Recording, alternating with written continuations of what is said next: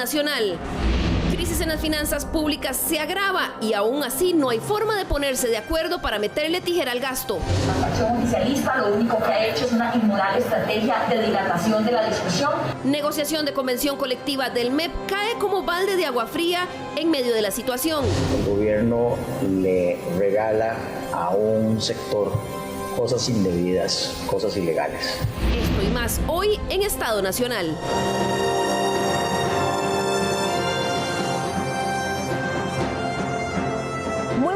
Muchas gracias por acompañarnos nuevamente en la mañana de los domingos aquí en Estado Nacional. Continuamos esta semana sin que el país haya llegado a un consenso sobre el conjunto de medidas que vamos a asumir para enfrentar la crisis que aqueja al país en medio de esta pandemia. Tampoco el Poder Ejecutivo ha presentado una propuesta. Y mientras tanto, las señales que se han enviado en torno al recorte de gastos han sido muy confusas.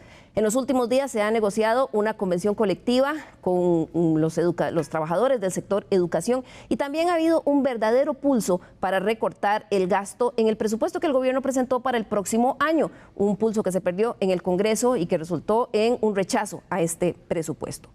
Para conversar sobre el tema, permítame presentarle a nuestros invitados de hoy. Nos acompaña Silvia Hernández, diputada del Partido de Liberación Nacional y presidenta de la Comisión de Asuntos Hacendarios, una comisión que fue protagonista esta semana, doña Silvia, en ese intento por recortar el gasto cuando hay pocos ingresos y pareciera que no hay un verdadero compromiso con el recorte. Buenos días. Muy buenos días, doña Liliana, y además un saludo de compartir con quienes tenemos este programa el día de hoy, doña Rocío, don Francisco de Paula. Muy buenos días a quienes nos acompañan. En efecto, algo de lo que tenemos que ampliar en este programa con muchísima profundidad y además interés en esta gran materia del problema fiscal y económico. Bien, y seguimos pegados en esta disyuntiva de cuál va a ser la forma en que el país va a poner en orden sus finanzas. Pegados en un diálogo nacional que lleva ya como 3 salidas en falso. Todavía ahora el Ejecutivo está intentando conseguir otra. Pero cuán difícil es llegar a ese conjunto de medidas si ya ha habido tantas recomendaciones técnicas. Por eso hemos invitado también a 2 exministros de Hacienda para conversar con ellos sobre este tema desde el punto de vista técnico. Doy la bienvenida a doña Rocío Aguilar, quien fuera ministra de Hacienda, también fue excontralora general de la República y actualmente es superintendente de pensiones e identidades financieras. Buenos días, doña Rocío, qué gusto tenerla por acá. Gracias por la invitación al programa. Un saludo muy especial a doña Silvia y a don Francisco y por supuesto a todos que domingo a domingo nos acompañan en este programa Estado Nacional. También nos acompaña otro exministro de Hacienda, expresidente del Banco Central, economista y profesor reconocido, don Francisco de Paula Gutiérrez, para hablar de esas ideas, esas propuestas técnicas. Bienvenido, don Francisco.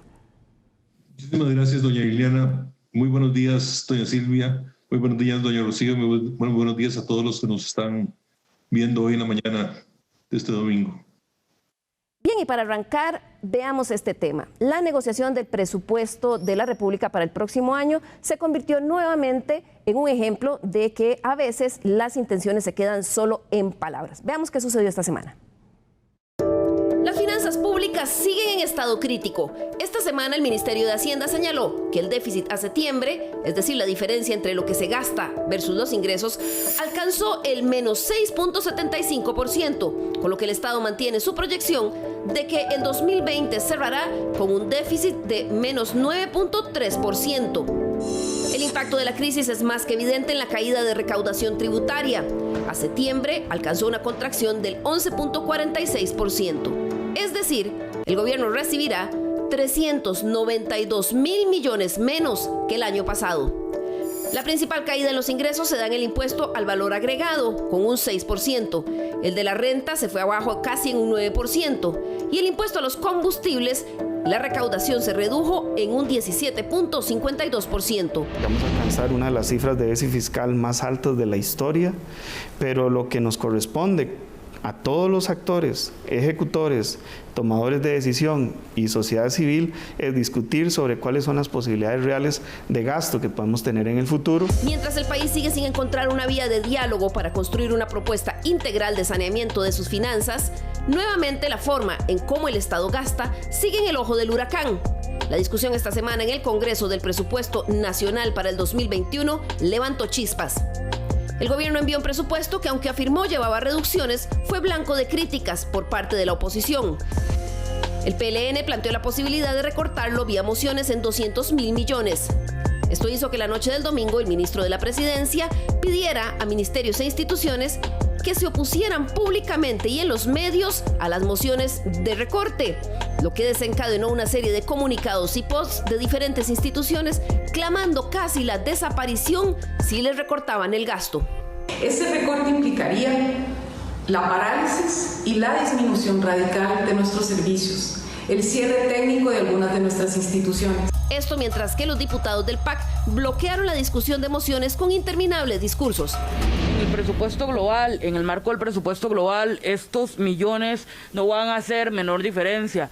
A pesar de eso, el martes por la tarde, el ministro de Hacienda anunció a los diputados de oposición que se comprometía a reducir el gasto en otros 150.000 millones, pero los diputados oficialistas no acuerparon el acuerdo, mantuvieron la obstrucción y al no llegar a un consenso, el presupuesto fue rechazado. La facción oficialista lo único que ha hecho es una inmoral estrategia de dilatación de la discusión para no dejarnos avanzar y hacer el trabajo que inútilmente el gobierno no ha hecho como le corresponde. Luego el ministro volvió a prometer que recortará los 150.000 millones que había prometido en el fallido acuerdo con la oposición. Estos 150.000 millones de colones se suman a un recorte que ya contiene el presupuesto también en gasto primario por la suma de 368.000 millones de colones.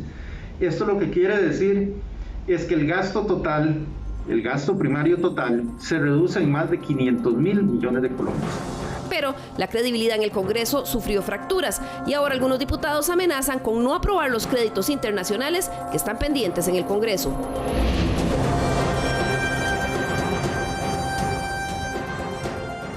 Si el planteamiento del gobierno es que la situación fiscal y económica del país es tan grave que hay que salir a buscar una línea de financiamiento con el Fondo Monetario Internacional y para ello hacer una serie de ajustes, uno se pregunta si eran necesarios todos estos mensajes contraproducentes, confusos, que llevaron a esta situación. Doña Silvia, ¿cómo se sintieron ustedes después de que el ministro de Hacienda les promete una cosa y la fracción del PAC pues siempre no?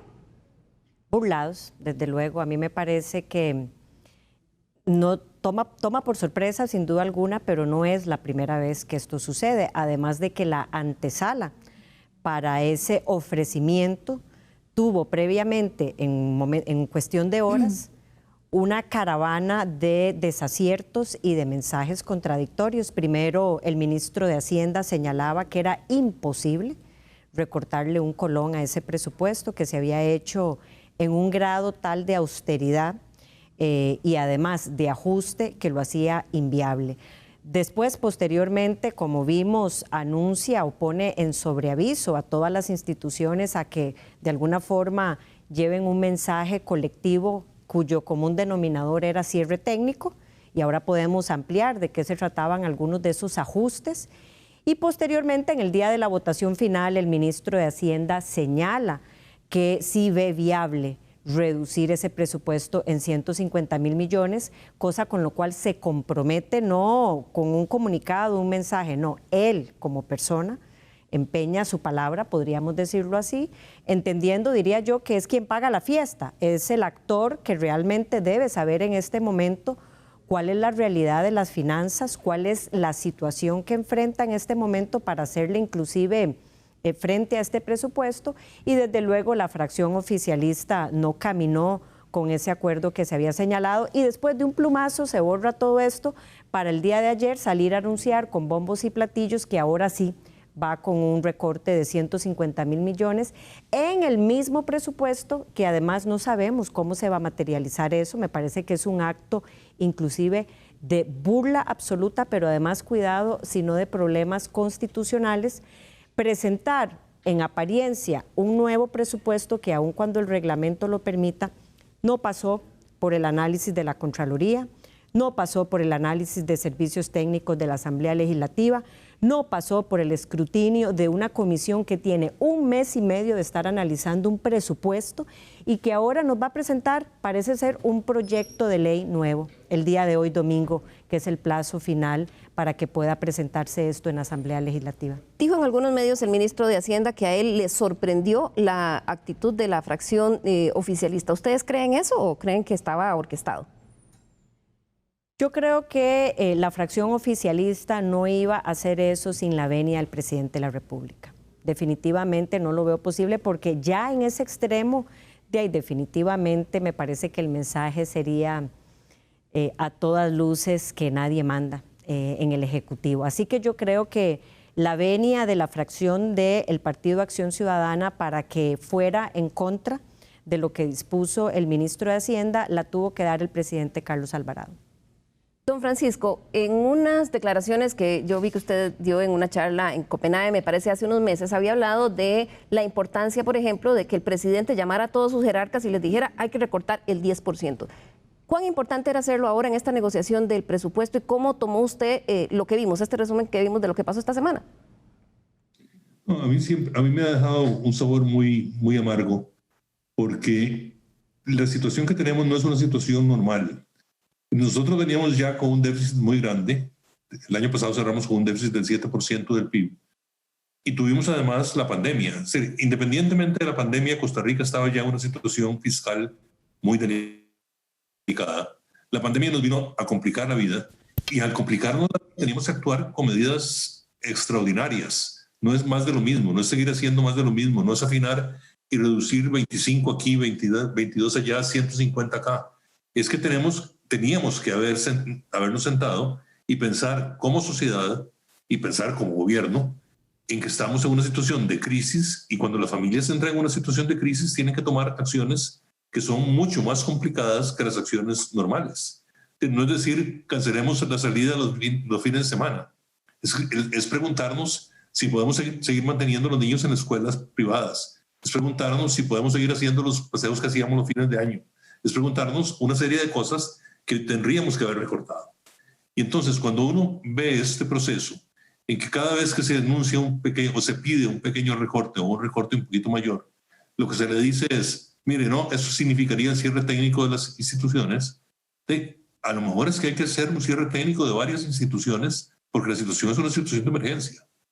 Y en ese sentido yo decía hace algún tiempo de que la mejor forma de hacer un recorte, o por lo menos de intentar hacer un recorte, no es que el ministro de Hacienda se siente y diga vamos a recortar aquí y allá.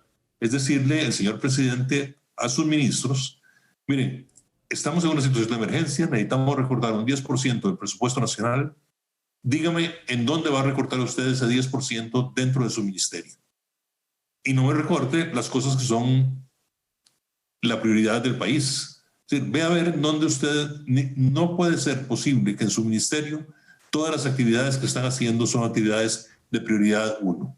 Hay algunas que no son de prioridad 1, hay unas que son de prioridad 1 y otras que son de prioridad 2 y otras que son de prioridad 3. Bueno, recórteme las de 3, porque estamos en una emergencia nacional y la emergencia nacional lo que implica es que si seguimos como estamos, eventualmente vamos a provocarle una crisis a este país en donde quienes más van a sufrir van a ser los grupos más necesitados. Así es que, por favor, vaya, arremáguense las mangas, empiecen a trabajar y tráiganme aquí una propuesta de solución cada uno de ustedes de cómo va a recortar ese 10%. Claro.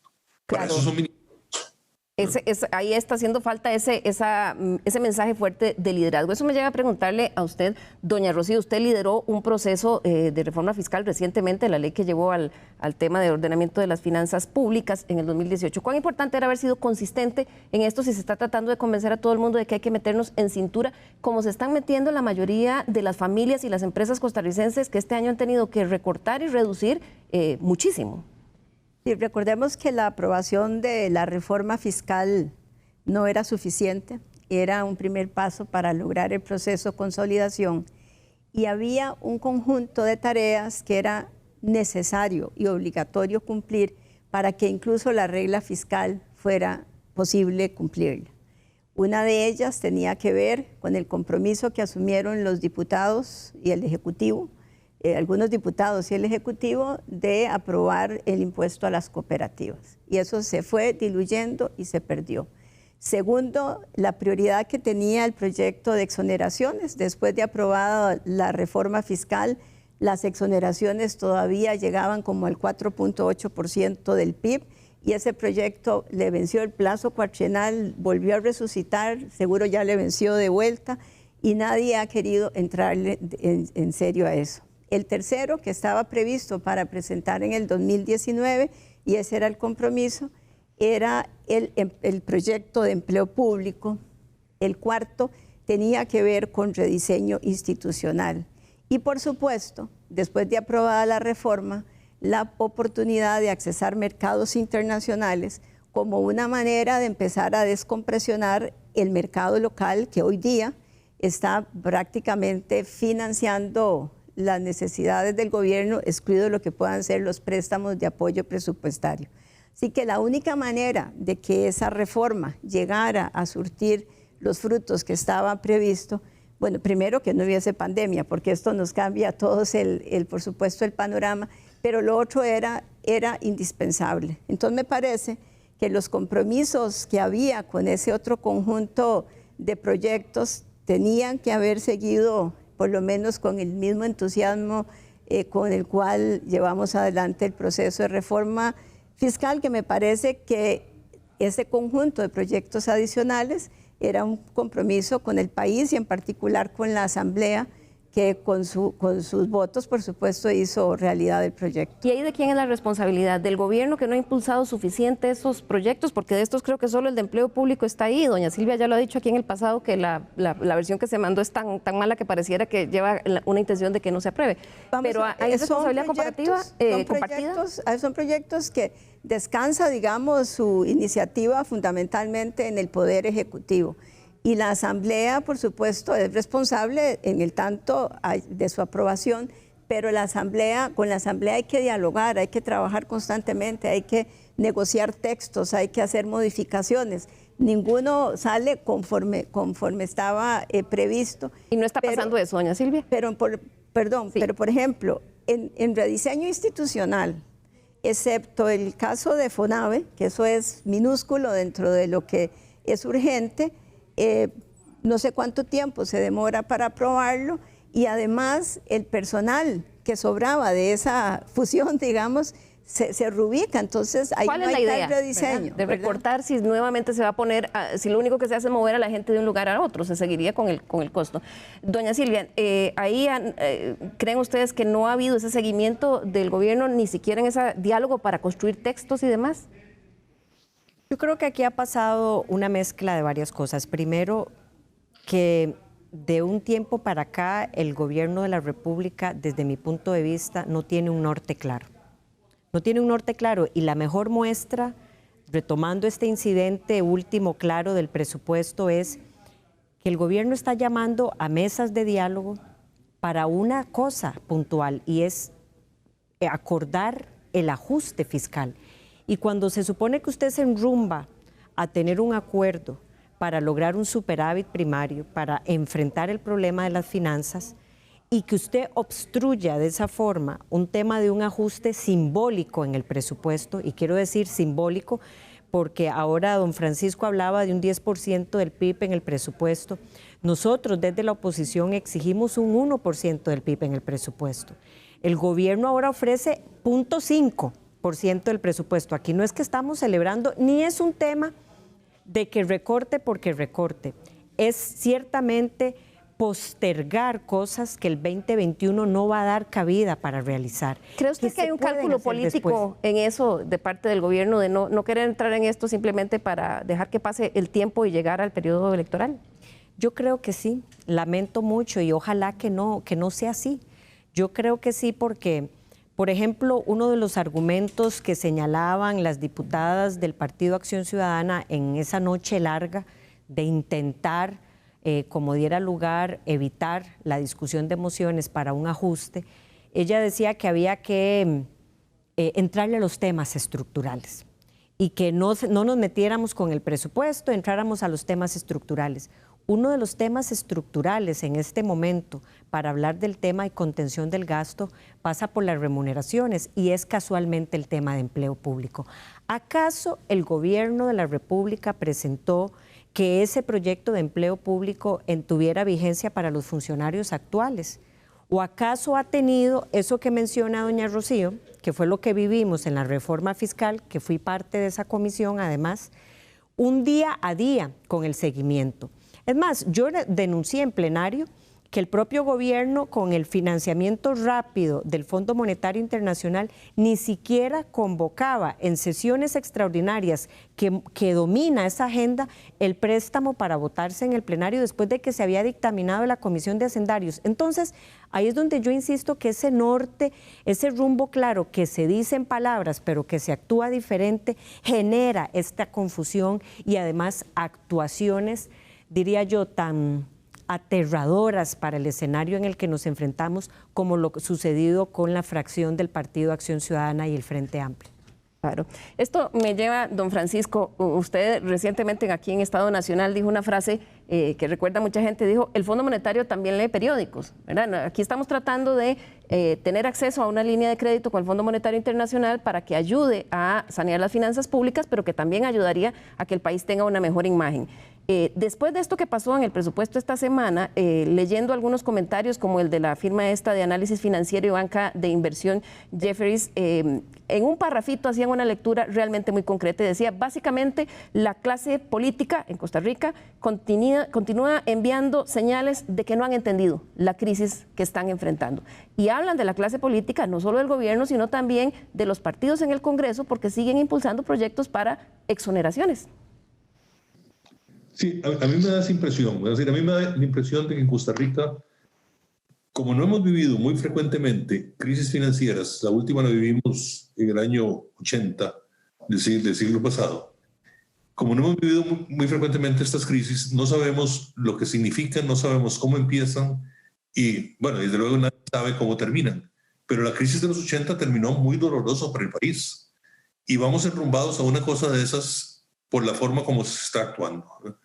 Cuando yo decía, mire, el Fondo Monetario también lee los periódicos, es que nosotros creemos que nosotros podemos discutir y hacer todas las cosas y mandar las señales al resto del mundo que estamos mandando. Bueno, y el resto del mundo está reaccionando. Vean ustedes cómo está evolucionando el precio de los bonos costarricenses en el exterior. Es decir, caídas del 10% en el precio, en el valor del bono, en el precio del bono, y lo que significa es, a ese país ya no le creo tanto, a ese país ya no me gusta, en ese país yo no quiero invertir. Bueno, y cuando la comunidad internacional nos dice eso, y lo que nos está diciendo es, ustedes cada vez más van a tener que ir arreglándose a solo. Y lo que yo percibo es que seguimos jugando, perdóname la expresión, pero seguimos jugando chapas. Aquí le damos una gran divulgación a una decisión o a una propuesta para reducir el valor del marchamo. Perdóneme, estamos en una crisis muy seria, ¿no? Y estamos quitándole una fuente de ingresos importante al gobierno sin decirle con qué se la sustituimos, sin decirle de a dónde vamos a sacar los recursos para poder hacerle frente a los gastos que estamos dejando desfinanciados por quitar el marchamo.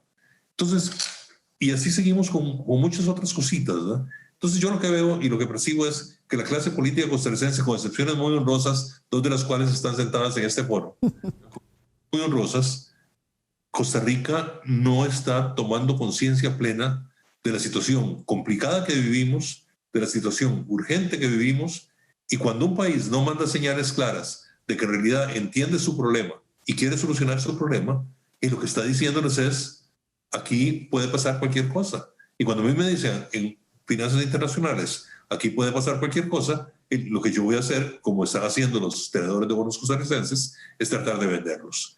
Claro. Entonces, cada vez se nos está poniendo cuesta arriba poder lograr un acuerdo que nos cueste menos, porque no tenemos una dirección clara del Ejecutivo, fundamentalmente, y de la misma Asamblea Legislativa, sobre todo en la fracción del Ejecutivo, que se oponen de la noche a la mañana a cosas que habían dicho en la madrugada que iban a...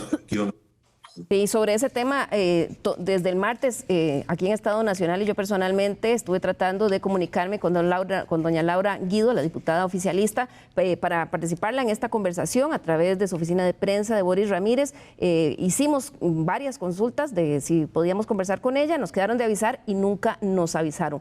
Doña Rocío, antes de irnos a comerciales, ¿por qué es que esto es tan grave? Don Francisco mencionaba la caída en el precio de los bonos. aquí estamos haciendo el problema más grande todavía con esta situación. Por la sencilla razón que este año vamos a terminar con un déficit cercano al 10%, que estamos presupuestando un déficit cercano al 10% también para el otro año, con lo cual la deuda llegará al 80%, con un costo financiero muy alto precisamente por la falta de credibilidad, y que a diferencia de los 80, el 75% de esa deuda está en el mercado interno. Y que lo que pasa externamente no es que aquí tampoco leen el periódico, ¿verdad? No solo los de afuera lo leen, sino aquí también lo están leyendo. Y vamos a tener definitivamente una semana turbulenta, me parece a mí, con nuestros bonos. Y ahí tenemos a los tenedores, que son fondos de pensión en su mayoría, ¿verdad? Porque la mitad de la deuda de gobierno está precisamente en fondos de pensión. Y lo peor que estamos viendo es que así como durante la reforma fiscal se degradó en el proceso de aprobación en más o menos 0.70% del PIB, una vez aprobada la empezamos a degradar también.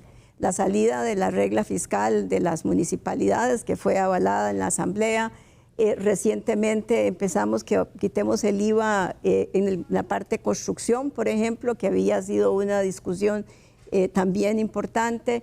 Y en otra serie, para terminar, digamos, recientemente con el marchamo y la aprobación de nuevas exoneraciones. O sea, no es posible, no solo no hay una comprensión de la crisis actual, sino los pocos recursos que hay se están malbaratando, y además no existe esa real disciplina para poder hacer el recorte de gasto, que no es un recorte sencillo si usted no hace el resto de reformas en rediseño y sobre todo en empleo público. Ahí hay responsabilidad también de los diputados de oposición, porque han estado impulsando esos proyectos de exoneración, por ejemplo, el del marchamo. Sí, bueno, yo creo que esto nos liga realmente a toda la situación de dónde van a salir los ingresos el otro año. Y sin duda alguna nos liga a la discusión del presupuesto. Este presupuesto se financia un 55% con deuda y el restante se supone con ingresos propios, en un momento en donde no sabemos cuánto va a crecer la economía, en donde ya vemos cómo cayeron a septiembre la recaudación de muchos de esos impuestos, y entonces para el próximo año ese aparente 50%, 45% de ingresos propios está también en un gran signo de pregunta. Y es cierto, eso nos tiene que obligar a reflexionar que si pedimos contención del gasto, lo mínimo que tenemos que hacer es que esos ingresos propios a través de impuestos no mermen más allá de lo obvio que va a ser una contracción económica, no mermen por exoneraciones o exenciones que nosotros mismos desde la Asamblea estemos dando. Claro, vamos a hacer aquí nuestra primera pausa comercial y al regresar vamos a hablar sobre qué señal además envía, por ejemplo, que se haya firmado una convención colectiva con los trabajadores del sector de educación, además con el presidente de la República como testigo de honor. Ya regresamos.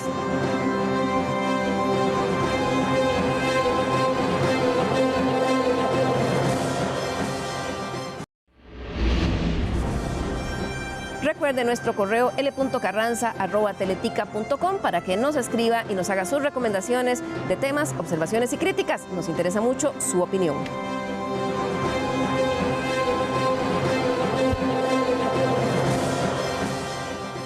Bien, y como comentábamos, el pulso que se dio esta semana por el presupuesto de la República se dio después de que el viernes trascendiera a última hora en la noche, a eso de las 8 de la noche, que el gobierno había renegociado la convención colectiva con los trabajadores del sector educativo, con el presidente de la República como testigo de honor. Sin embargo, no hubo conferencia de prensa, la información se envió al final del día. Esto cayó como un balde de agua fría. Veamos por qué.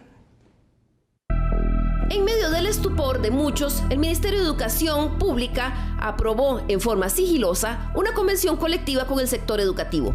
Entre otras cosas, incluirá en la planilla estatal a 4.000 cocineras que antes se contrataban a través de juntas de educación, con lo que a partir de ahora tendrán todos los beneficios que cobijan al magisterio.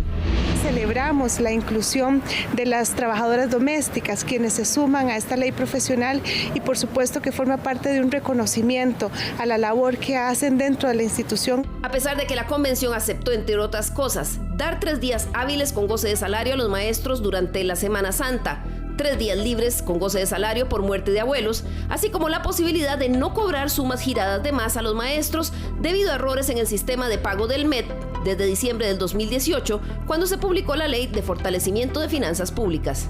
Es decir, más beneficios en medio de la crisis.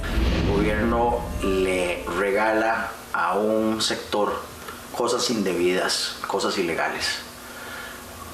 Eso no se puede hacer en general y tampoco se puede hacer a través de una convención colectiva. Por eso acudí ante la institucionalidad, en este caso la Contraloría General de la República, para poner una denuncia. La Contraloría puede revisar el detalle y ver qué cosas contenidas ahí en esa convención colectiva son ilegales tanto a la luz de la Ley de Fortalecimiento de las Finanzas Públicas como a la luz del ordenamiento jurídico en general. El Ministerio de Educación insiste en que esta convención no costará ni un 5 más. Para esta versión 2020 no se incluyeron nuevos beneficios económicos y por ello hemos sostenido que no se incrementa el gasto público. La misma ha sido revisada por la Comisión para Negociación de Convenciones Colectivas en el sector público, donde participan además del Ministerio de Educación, el Ministerio de Hacienda, el Ministerio de Trabajo y la Dirección General del Servicio Civil. Pero el Ministerio de Hacienda no piensa igual. El viceministro confirmó a Estado Nacional que están realizando cálculos para cuantificar el costo real de lo negociado. También le consultamos cómo les había caído la noticia de la negociación de esta convención. En realidad, digamos, sí es un tema que uno se queda mirando hacia atrás. Uno dice, bueno, el esfuerzo lo tenemos que hacer todos. El esfuerzo lo tenemos que hacer todos. Uno entiende las obligaciones en materia laboral a la que está expuesto cada jerarca, pero aquí, digamos, voy a decir algo que he aprendido en los últimos 5 meses de estar en el cargo, y es, todos siempre vamos a tener una justificación para que lo que no me recorten el gasto a mí, porque ese gasto es esencial. Vimos a la ministra de Trabajo muy entusiasta, muy contenta de la firma de esta convención colectiva. El ministro de Hacienda, Elian Villegas, dijo esta semana a algunos medios de comunicación que él se había enterado de esta firma por los medios de comunicación, y también trascendió a finales de la semana que se presentó una denuncia ante la Fiscalía General de la República contra los ministros que firmaron esta convención colectiva, el viceministro de Educación, la ministra de Trabajo y así como el presidente de la República, para que se investigue por presuntos delitos de abuso de autoridad, prevaricato y otros. Y es que una de las cosas que plantea esa convención colectiva es, y lo dice claramente el artículo 38, que las diferencias generadas entre el pago de incentivos de naturaleza porcentual e incentivos de naturaleza nominal ocurridos con motivo de la falta de adaptación a tiempo y condiciones técnicas del sistema integrados, que es el sistema de pago que tiene el Ministerio de Educación, a las disposiciones y plazos presentes de la Ley de Fortalecimiento de las Finanzas Públicas, no serán atribuibles ni imputable su reintegro a las personas trabajadoras del MEP. Le consultamos varias veces a través de la oficina de prensa al Ministerio de Educación esta semana sobre este tema, y ellos insisten en que no, porque esto es que hay que verificar si son imputables o no, y que quien puede decirlo es Mideplan. Le pregunto a usted, doña Rocío, ¿cómo interpreta esto usted, sobre todo porque tiene que ver con la entrada en vigencia de la Ley de Fortalecimiento de las Finanzas Públicas? ¿Es legal esto que están planteando? Porque en teoría el Ministerio de Educación me dijo que no tienen idea, no han hecho un cálculo de cuánto es, pero hay quienes hablan de que son 28.000 millones de colones que se giraron desde diciembre del 2018 a los más de 70.000 empleados del sector, de más. Bueno, yo diría que para empezar, independientemente de la Ley de Fortalecimiento, los pagos de más, siempre el Estado está en la obligación de recuperarlos. Y no puede, a través de un instrumento que no sea otra ley, para usar el concepto, llegar a perdonarlos, y menos con una convención colectiva que si bien puede tener determinado estatus, yo no puedo con un instrumento diferente a una ley perdonar un pago realizado de más. Yo no conozco el detalle de cómo está redactado eso, pero si fuera que van a revisar las cifras, usted no necesita la convención colectiva para hacer la revisión de las cifras. De todas maneras, si yo le voy a decir a un funcionario público, le pagué tanto de más, debo demostrarle que lo pagué de más y no necesito del instrumento. Entonces, creo que aquí hay un tema complicado y no tiene que ver con la ley de fortalecimiento, sino con pagos irregulares o pagos de más que reciba un funcionario y que el Estado está en la obligación de iniciar un proceso de recuperación. Pero usted como ministra lideró ese proceso de convencimiento incluso a los mismos diputados cuando hubo que pasar la ley de fortalecimiento de las finanzas públicas. Como ministra de Hacienda, si usted estuviera en ese cargo, ¿cómo podría explicar si está tratando de convencer que se firmó una convención colectiva? Bueno, me parece, y lo mencionó alguna de las personas ahora, que el Ministerio de Hacienda estuvo presente también. El viceministro de Educación dijo... Puede ser que el ministro de Hacienda en persona no haya estado presente, pero una decisión de semejante calibre, si no le es comunicada al ministro, tenemos problemas de otra naturaleza, más allá de jurídicos. Claro. Don Francisco, ¿cómo sintió usted esta noticia que parece que se filtró, digamos, pasó muy sigilosamente, pero tuvo al presidente de la República como testigo de honor de esa firma? Mire, a mí me cayó como un balde de agua fría, porque, de nuevo, estamos en momentos de mucha crisis y cualquier cosa que nos desvíe la atención de la solución, de la búsqueda de una solución de un problema, que es muy serio, no ayuda. Y esta es una de las cosas que menos ayuda. Habíamos estado teniendo durante la semana anterior una serie de discusiones en los periódicos, comandadas en buena parte por don Rubén Hernández, planteando la importancia que tendría eliminar del todo las convenciones colectivas en la búsqueda de salario global, en la búsqueda, en avanzar en la solución de uno de los problemas complicados que tenemos, que es la estructura salarial del país. En mayo del 2018, el señor presidente, recién entrada, es más, doña Rocío, hablando por el señor presidente, nos dijo en la Asamblea Legislativa, mire, se van a eliminar las convenciones colectivas, vamos a pedir que no se negocie ninguna nueva convención colectiva.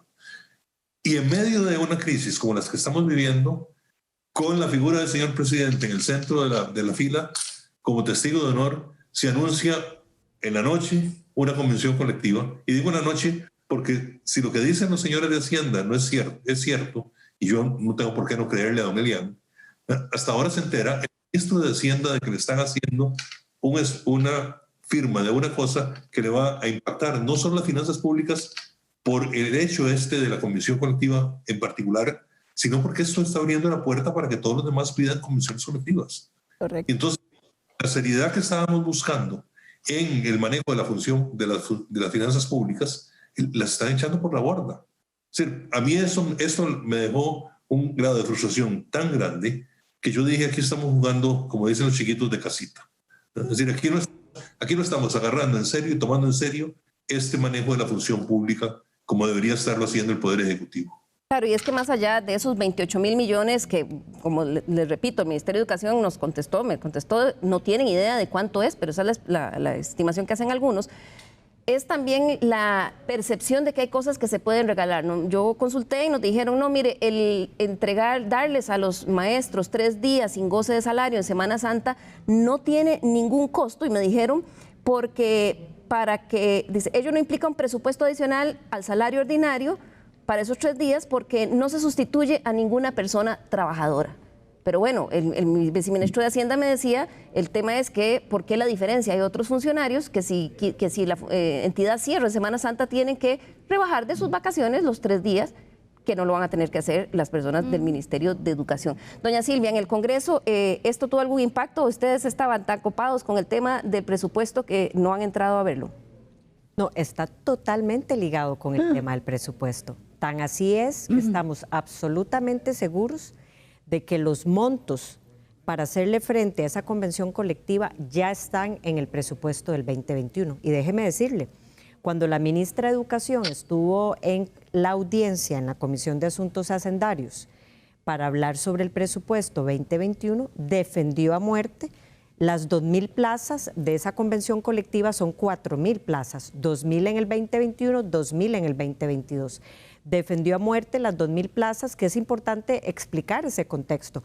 Son cocineras, señoras, que son contratadas por las juntas de educación en la figura, llamémosle así, de tercerizar servicios o contratación administrativa, y ella, cuando se le, de alguna forma, se le señala, ministra, pero ¿cómo usted va a contratar estas plazas? ¿Cuál es la razón? Ella dice que es que estas señoras, la empresa que brinda el servicio no les da el salario mínimo. Y la sorpresa es, o usted rescinda ese contrato o haga que cumpla ese contrato. Y de un pronto a otro, el diálogo de las diputadas del oficialismo fue que es un tema de justicia social. Y es cierto que no cuestan, porque el ministerio aquí me contestó, no cuestan ni un 5 más. Al pasar de las juntas, de ser contratadas por las juntas a la planilla del Ministerio de Educación, significa que, por ejemplo, van a tener que pagarse el salario escolar, que es adicional. ¿Hay un costo adicional o es lo mismo? No, claro que va a haber un costo adicional. Entonces está mintiendo el Ministerio de Educación cuando me contesta que no hay absolutamente ningún impacto financiero. Pero además, doña Liliana, el tema de punto aquí es que vienen ya con las 2.000 plazas incluidas ahí en el presupuesto para el 2021, sin ni siquiera haber firmado la convención colectiva en ese momento cuando se dio la audiencia. Entonces, ahí deben de venir ya los incentivos que esa convención colectiva reúne, que es lo que estamos revisando, y por eso es muy importante, y creo que muchas de las razones por las cuales se oponen a las mociones que llevábamos es censurar la creación de nuevas plazas en el 2021. Y ellos saben que si se les frena eso, estas 2.000 cocineras, que repito, no es un tema contra las señoras, ellas deberían de estar resguardadas en su figura de protección salarial por la empresa que brinda el servicio.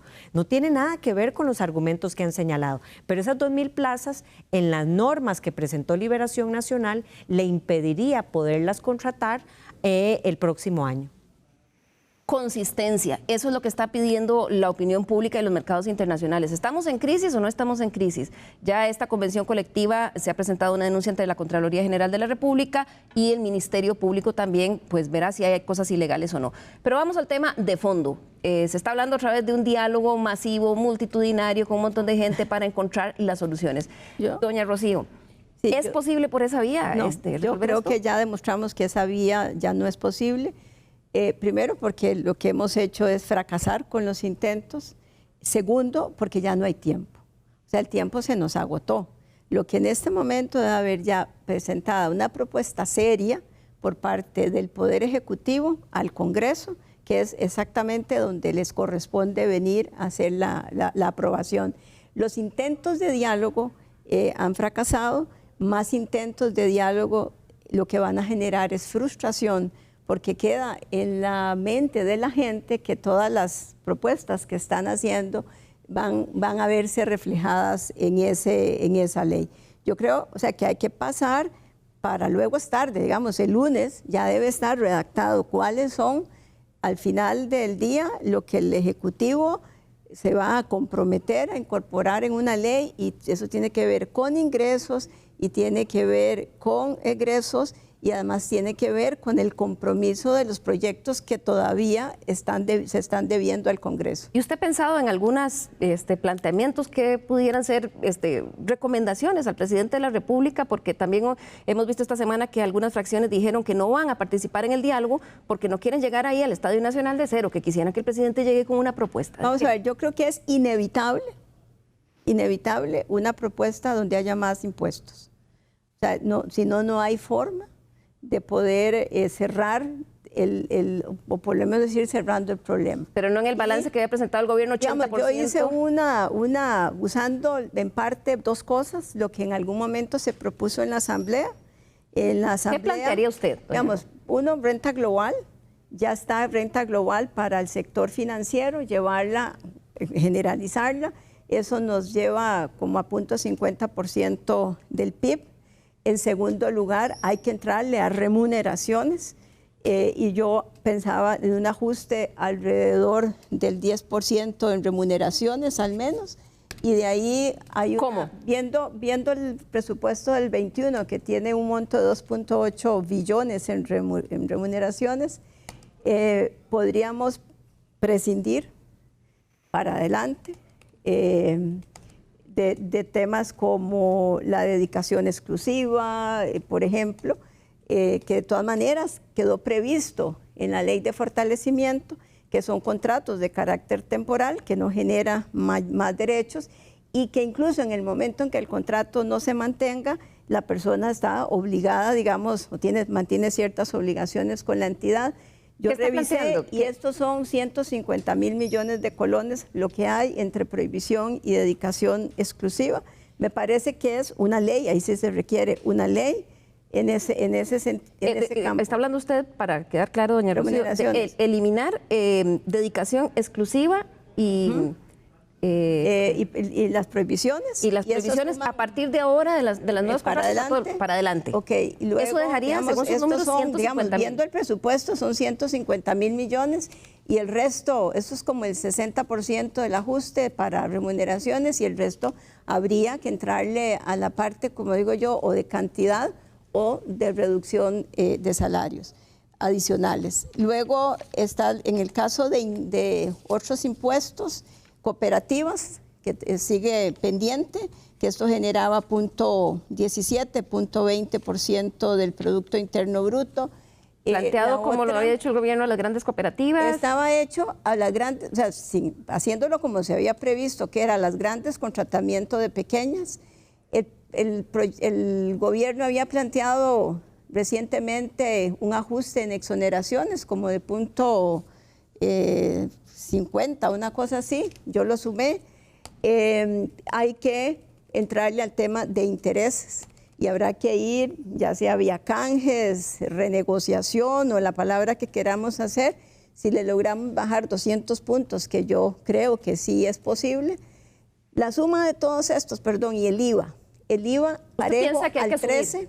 Al 13. Vamos a ver, el IVA parejo al 13, con una tarifa del 4 en canasta básica y en salud con devolución a los 12 primeros deciles. Ese conjunto genera más o menos 568.000 millones de colones, sin considerar la tasa Tobin, que se podría incorporar no en la cuantía que se presentó, también sin considerar aquí la venta de ningún activo del Estado. Esto es básicamente ese conjunto. Eso sumado todo da más o menos el 3% del Producto Interno Bruto. Eso sí, sabemos cuál es el impacto que tiene el IVA, por eso aquí está considerada la devolución a los 2 primeros deciles. Eso sí, solo 2 tarifas, 13 y 4%. Entonces, IVA, renta global, ajuste en remuneraciones, en transferencias, después de la incorporación de los órganos desconcentrados, cuando uno ve transferencias, lo que queda, digamos, de transferencias corrientes, quitado el FES, las pensiones y la caja, digamos, el Estado en cuanto a Estado como aportando a la caja, es un 25%. Entonces, que es en una gran cantidad de transferencias, algunas de esas ya tienen componente salarial, pero hay que entrarle a ese resto de transferencias. Pero intereses, remuneraciones, ingresos adicionales se convierten en indispensables.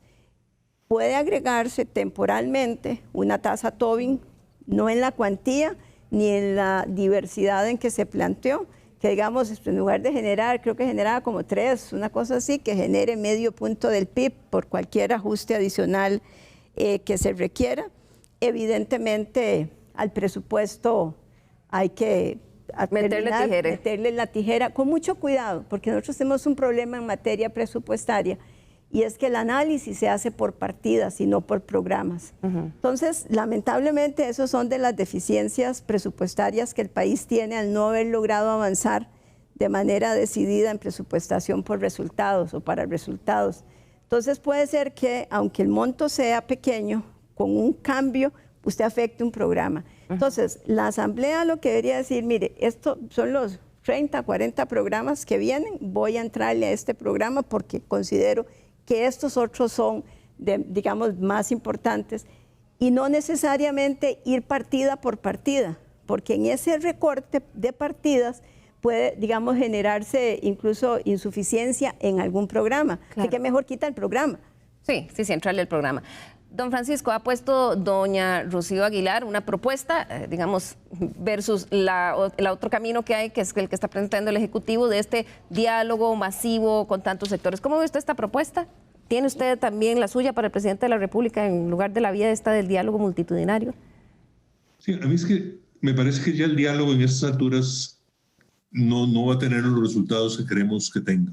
Porque los resultados que quisiéramos, por lo menos que yo hubiera querido tener del diálogo, es un mandato muy fuerte al Ejecutivo de preparen ustedes un paquete de acciones que den los resultados financieros que necesitamos dar para empezar a bajar el déficit primario que tiene el país y que sea muy rápido, un mandato que si lo hagamos con el Fondo Monetario Internacional, porque es mucho más inteligente hacerlo con el Fondo Monetario Internacional que hacerlo solos. Eso yo no creo que lo vayamos a lograr en cuestión de una semana, de 15 días, cuando hay 50, 70 organizaciones. Mientras se presenta cada organización se nos va a ir esas 2 semanas, ¿no? Entonces, yo lo que sí estaría esperando es una decisión, y a fin de cuentas el Ejecutivo tiene que gobernar.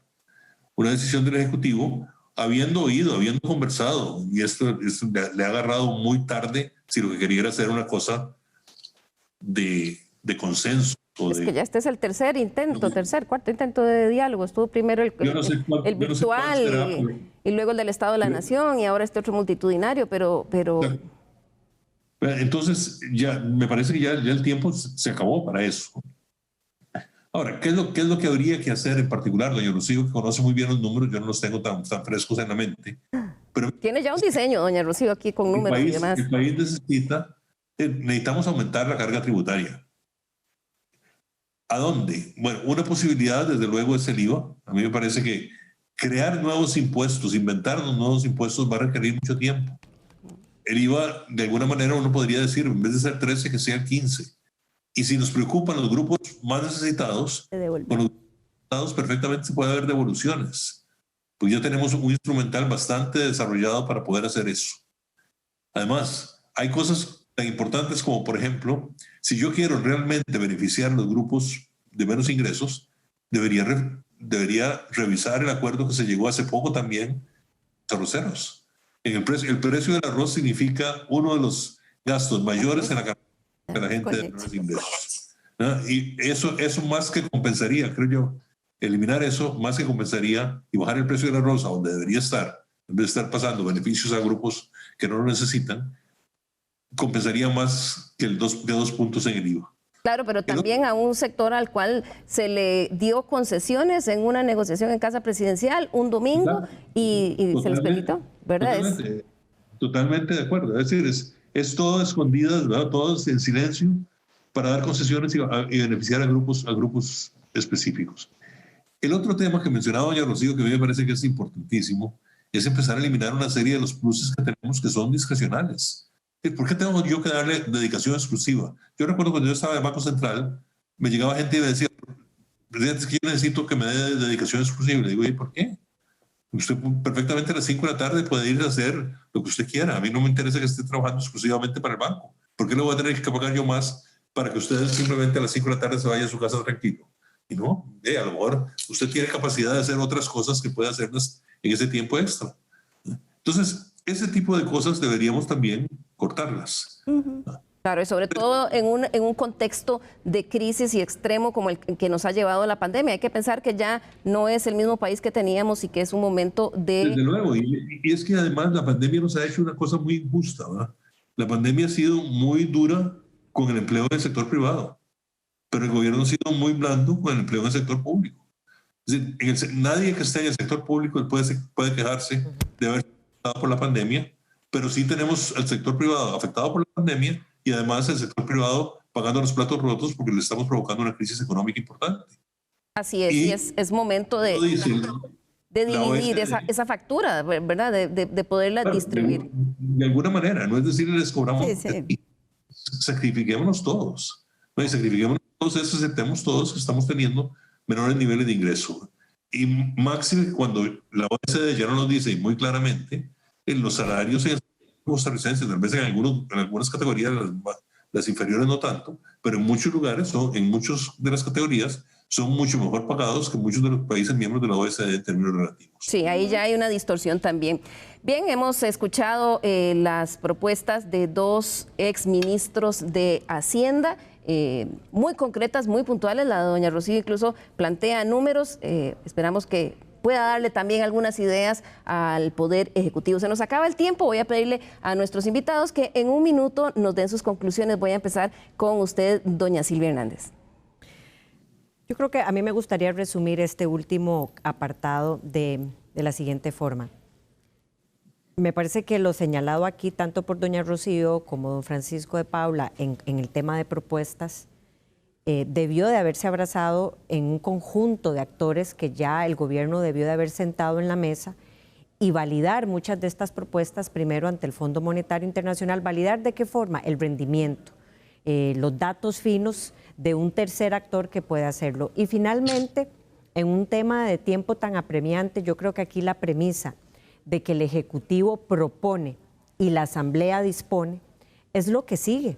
Ya no hay otro camino. El Ejecutivo tiene que proponer algo y dejar a la Asamblea Legislativa disponer, que en un mandato de competencias es lo que corresponde, y finalmente entrar en una discusión que ya no tiene tiempo de dilatarse muchísimo más y que le tocará a la Asamblea Legislativa en ese gran rol de disponer, evaluar esas propuestas. Muchas gracias, doña Silvia. Don Francisco, en un minuto sus conclusiones. No, básicamente, el tiempo apremia. Estamos ya en una situación a punto de una crisis mucho más seria y yo creo que la responsabilidad del Poder Ejecutivo, como muy bien lo ha señalado doña Silvia, es proponer. La responsabilidad de la Asamblea Legislativa va a ser decidir sobre eso y creo que tenemos una ventana de oportunidad grande a partir del 30 de noviembre. Ahí empiezan, entiendo, las sesiones extraordinarias de la Asamblea Legislativa donde la agenda la pone el Poder Ejecutivo. Entonces, perfectamente el Poder Ejecutivo podría convocar una agenda para resolver los problemas que tenemos por delante en este tipo de decisiones y tomar con firmeza las cosas, ¿no? Dejar de ser dubitativos, ¿no? Dejar de dar un pasito adelante y dos atrás y empezar a caminar como deberíamos estar caminando desde hace ya mucho tiempo, ¿no? Para ver si resolvemos de una vez por todas el problema fiscal de Costa Rica. Muchas gracias, don Francisco. Doña Rocío, ¿concluyo con usted? Muchas gracias. Creo que para todos es claro que el tiempo se agotó, que lo que sigue es pasar a la acción con proyectos del Ejecutivo, con decisiones del Poder Legislativo, y lo peor que nos puede pasar es no aprovechar, yo diría que esta es la última oportunidad que nos queda, sino lo que vamos es realmente a destruir el país, como nos ocurrió décadas atrás, con realmente años por delante que nos tocará reconstruir lo que vamos a perder definitivamente en todos los costarricenses. Por supuesto que a algunos va a golpear más que a otros, pero vamos a perder todos los costarricenses. Ya el nivel de desempleo es elevadísimo, el nivel de endeudamiento de la gente es elevadísimo, así que lo que urge es cuáles son las acciones de muy corto plazo para que me ayuden a mitigar parte del problema, pero no podemos soslayar también las que son más de carácter estructural en una agenda inmediata. Muchas gracias, doña Rocío, y por supuesto decirle que me parece muy interesante la propuesta que usted hace, sobre todo porque es equilibrada, pasa el sombrero un poquito por todos los sectores y además tiene proyecciones de números. Las propuestas sobran, han habido montones de economistas que las han puesto sobre la mesa. Es momento de tomar el liderazgo y decidir, bueno, el Ejecutivo por cuál mezcla de esas soluciones va a apostar y tratar de salir a convencer a los sectores. Llegamos hasta aquí en el día de hoy en Estado Nacional. Nos vemos nuevamente la próxima semana a las 10 de la mañana. ¡Feliz día!